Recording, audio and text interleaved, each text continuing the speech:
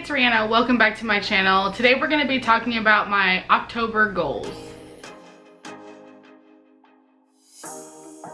It's the beginning of October and I thought before I got too far into this month, I would sit down and talk to y'all about some of the things that I'm doing regarding like my weight loss and everything. If you watched my weight loss video from last week, link up in the eye, you know that I talked about how I kind of struggled over the summer with just like maintaining and kind of, I guess, like losing my focus, so to speak, and how I felt like I'm obviously not anywhere near, oh, I shouldn't say it like that because that sounds too negative, but I'm obviously still wanting to lose weight. So I got a lot of really great feedback and suggestions from y'all. One of the things that was mentioned and that I really agreed with, obviously, was that I should like basically start again, like start new. Okay, so I lost that much weight before and I did great, good job, and now it's time to start again.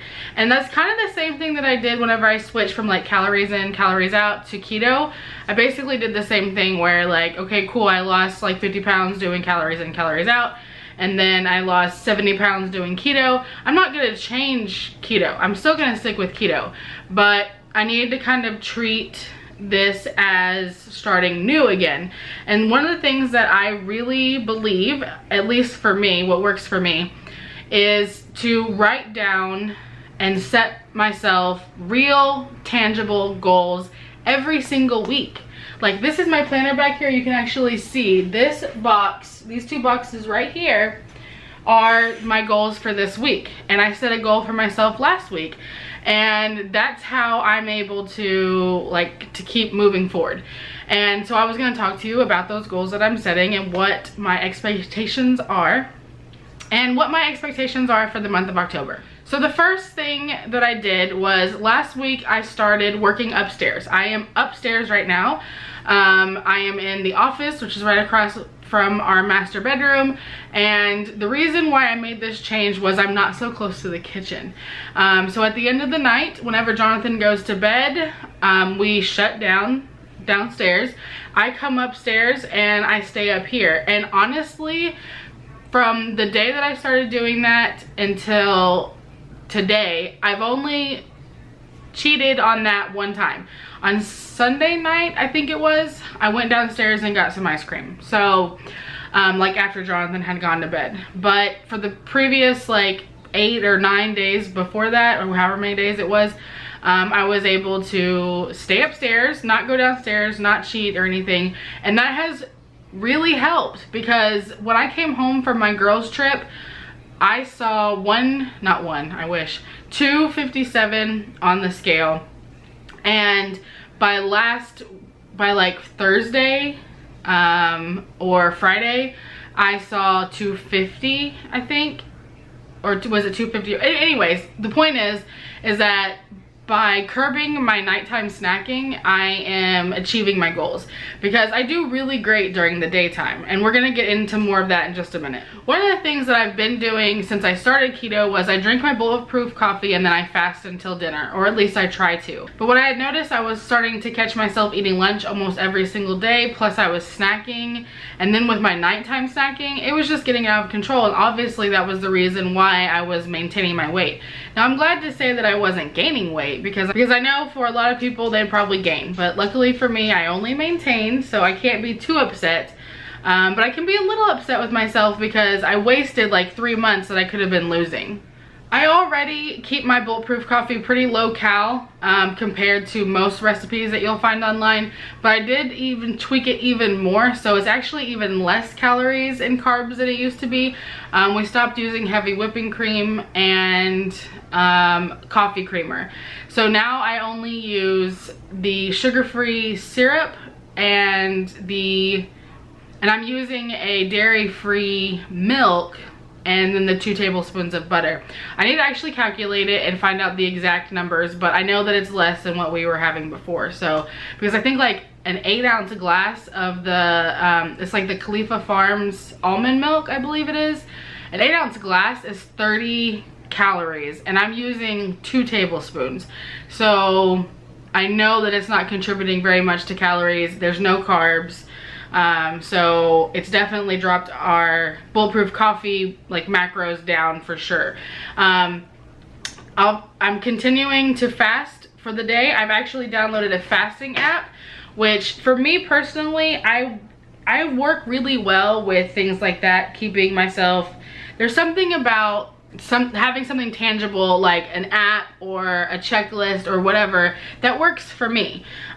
You need to find what works for you, but for me, I know that's what works. So I downloaded this app called Zero, and let's see, my goal is 10 hours right now. That's what I'm working towards. And I just start my fast as soon as I finish my coffee, and then obviously I end it whenever I eat. I have not made my goal yet since I started doing this. I started last Monday, but it's getting better, and I don't push myself too hard on that. It's more of a let's see how long you can last versus an actual like fasting like some people do. So I am setting myself a weight goal for October. I would like to see the scale back down to my lowest, which was 247 something. So we're just gonna call it 247. I would like to see by the end of October. I feel like that's more than realistic. I should probably actually see that within a week or two, as long as I stay consistent with my goals. And then the other, the non-scale goals that I set for myself for the month of October was I want to only drink water until dinner time. At dinner, and then after dinner, I will allow myself to have like Crystal Light or tea or, you know, Coke Zero or whatever.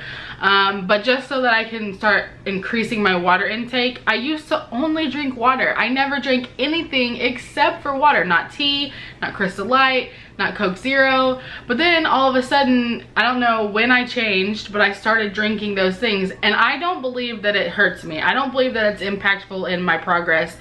But I just personally would like to be drinking water instead of those products is all.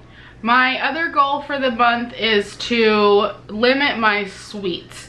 So I had gotten another thing. So another thing that I had gotten really bad about was having too many keto snacks or keto sweets and treats and things like that. And I had to be very realistic with this one because I definitely have a sweet tooth, especially at night. And so I didn't want to set myself up for complete and total failure. So what I've decided is Monday through Friday, no like made keto treats. So like no keto cookies, keto brownies, you know, no pre-made or like no like nothing that I have to make or buy that someone made. So like no loopholes there. So like no keto ding dongs, you know, no keto cheesecake, you know, none of my keto fat bombs, none of that, Monday through Friday. For my sweet, at the end of the day, because I do usually like to have something sweet, you know, at night before I go to bed, I will allow myself fruit with whipped cream and my Nextella, a portioned amount of the Nextella. I know that that's a trigger for me.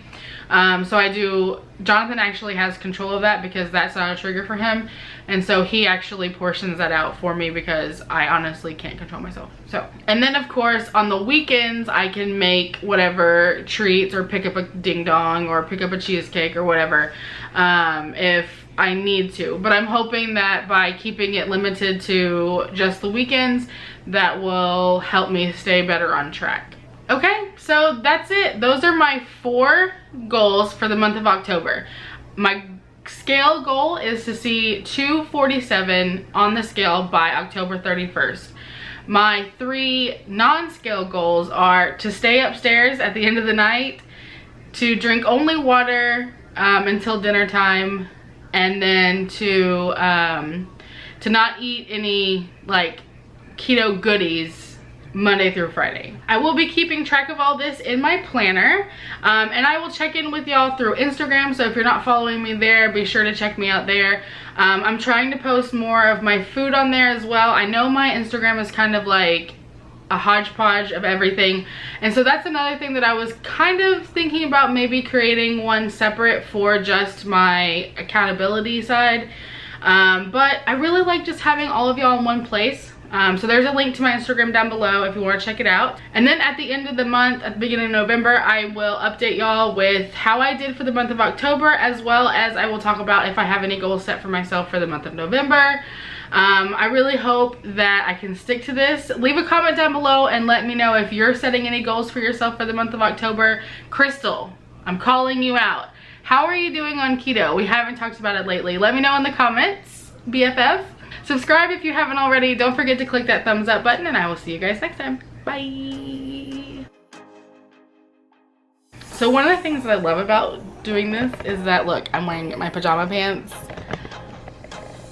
But y'all wouldn't know because you can only see this much of me. And another thing, you see that? I staged that. Because before, there was like a whole bunch of crap over there. There was like some cords, a receipt, the keyboard. There was a bunch of subpoena paperwork over there. I like it though. It looks good like that. I might try to keep it clean. Okay, bye. Ha. Bye-bye. Hi.